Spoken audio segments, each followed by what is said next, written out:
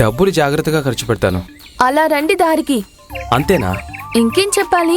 మీరు పువ్వులు పంపినందుకు ఇబ్బంది పడతారేమో, లేదా నేను పంపిన పువ్వుల వల్ల మీరు పనిచేసే చోట ఏమైనా ప్రాబ్లం అవుతుందేమోని నేను భయపడ్డాను. మీరు దాని గురించి తిడతారనుకున్నాను, కానీ మీరు దాని గురించి అసలు మాట్లాడట్లేదేంటి? మీరెందుకు పంపించారో దాని వెనుకున్న ఉద్దేశమేంటో నాకు తెలుసు, అందుకే తిట్టడం లేదు. పొద్దున్నే నేనిచ్చిన ఉపదేశానికి ఇది గురుదక్షిణ అని తీసుకుంటాను. కానీ కానీ మన ఫ్రెండ్షిప్ ని ఇలా డబ్బు పెట్టి కొనే వస్తువుల వల్ల విలువ పెరుగుతుందని అనుకోకండి. ఖరీదైన వస్తువులతో ఒక బంధాన్ని నిలబెట్టలేము. మన ఫ్రెండ్షిప్ ని ఇలాంటి వస్తువులతో కొనడం నాకస్సలు ఇష్టం లేదు. మీ గురించి తెలిసి కూడా బొకే పంపించి తప్పు చేశాను. ఈ బొకే బదులు ఇంకొక ఉత్తరం రాస్తుంటే ఇంకా హ్యాపీ అయ్యేవారేమో కదా? ఖచ్చితంగా హ్యాపీ అయ్యేదాన్ని. మీరు రాసింది చదవడానికి నా కళ్ళకి కొంచెం కష్టం అయ్యేదేమో, అయినా అడ్జస్ట్ చేసుకునేదాన్ని. నిజం చెప్పాలంటే నాకు ఈ బొకే చాలా నచ్చింది. నాకు ఇలాంటి బొకే ఎవ్వరూ ఇవ్వలేదు, ఇదే మొదటిసారి. Thank you. అవునా? మీకు నచ్చిందా? అలాగని మళ్ళీ ఇలాంటి బొకే ఇచ్చారు అంతే సంగతి, దీంతోనే కొడతాను.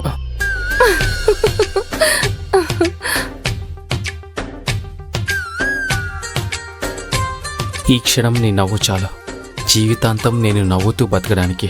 మిస్ ముకెరా, రోజురోజుకి నువ్వు నాకు ఇంకాస్త ఎక్కువగా నచ్చేస్తున్నావు. ఏదో ప్రియరాగం వింటున్నా, చిరునవ్వుల్లో ప్రేమ ఆ సందడి నీదేనా. ఏదో నవనాట్యం చూస్తున్నా, సిరిమూవల్లో ప్రేమ ఆ సవ్వడి నీదేనా. ఇట్టాగే కలకాలం చూడాలనుకుంటున్నా, ఇటుపైన ఈ స్వప్నం కరిగించకు ఏమైనా. ప్రేమ ఓ ప్రేమ చిరకాలం నా వెంటే. చేయి వదులుమను. అరిచికొత్తి నన్ను ఇన్సల్ట్ చేయడానికే మన కేఫ్కొచ్చింది.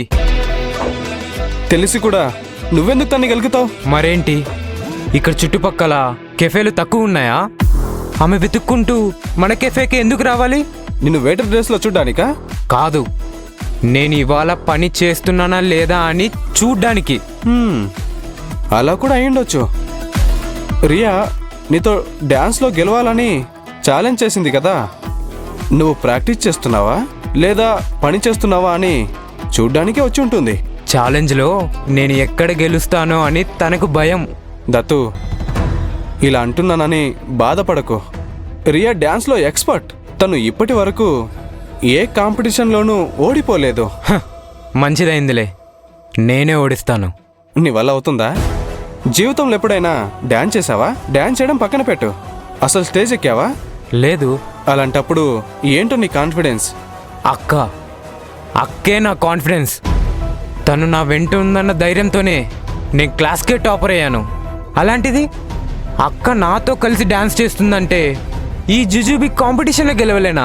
కాంపిటీషన్లో అక్క తమ్ముడు ఇద్దరు డ్యాన్స్ చేయాలి. అక్క మాత్రమే బాగా డ్యాన్స్ చేస్తే సరిపోదు. అంతేనా?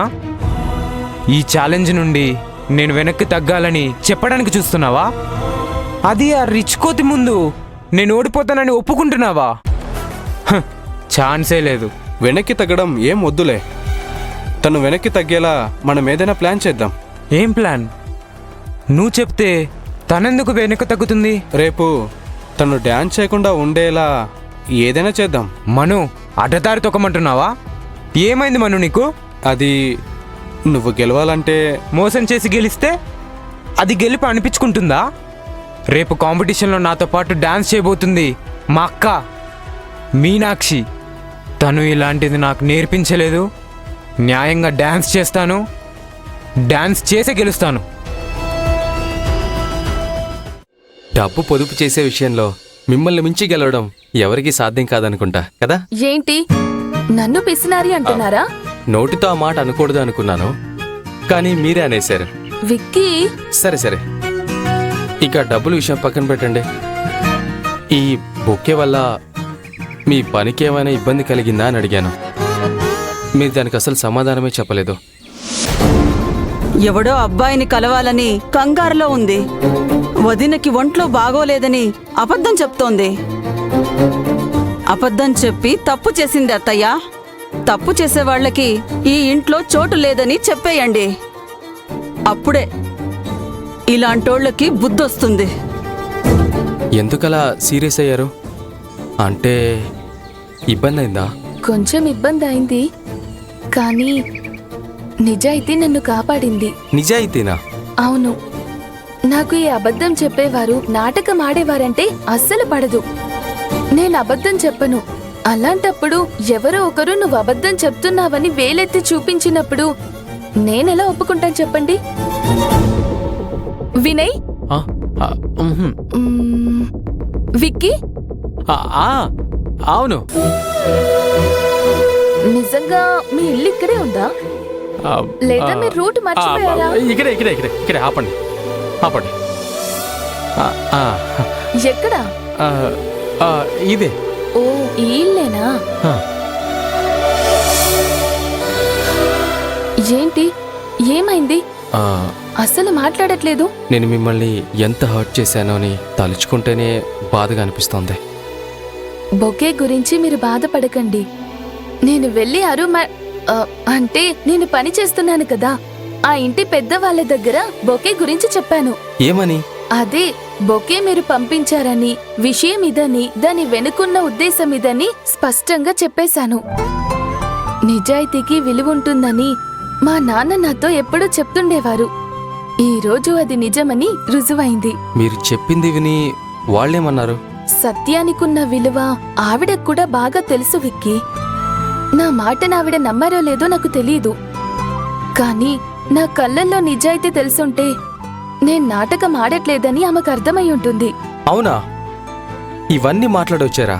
అవును మరి, అబద్ధాలు చెప్పేంత చెడ్డదాన్ని కాదని అందరికీ తెలియాలి కదా, అందుకే చెప్పి వచ్చాను. అబద్ధం చెప్పేవాళ్ళంతా చెడ్డవాళ్ళేం కాదు.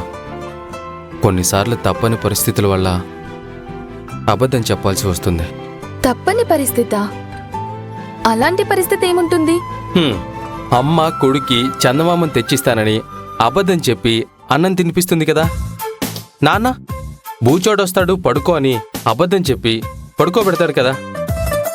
ఇంకా డాక్టర్ నొప్పి తెలియదని అబద్ధం చెప్పి ఇంజెక్షన్ ఇస్తారు కదా. అది వదిలేయండి. టీచర్స్ ఈ ఒక్క సంవత్సరం కష్టపడండి, వచ్చే సంవత్సరం నుండి లైఫ్ ఈజీగా ఉంటుందని ప్రతి సంవత్సరం అబద్ధం చెప్తారు. అయినా దానికి దీనికి చాలా తేడా ఉంది కదా. ఏం తేడా? మనం చెప్పే అబద్ధం వల్ల ఇంకొకరికి మంచి జరుగుతుంది, ఒక బంధం గట్టిపడుతుంది అనుకుంటే ఆ అబద్ధం ఎందుకు చెప్పకూడదు? ఎవరికైనా మంచి జరగాలని చెప్పే చిన్న చిన్న అబద్ధాలు తప్పు కాదు, నేను ఒప్పుకుంటాను. అలాంటి అబద్ధాలు నేను కూడా చెప్పాను. ఇంటి పేపర్స్ మీకిచ్చిన వాళ్ళు ఎవరు? అది నేను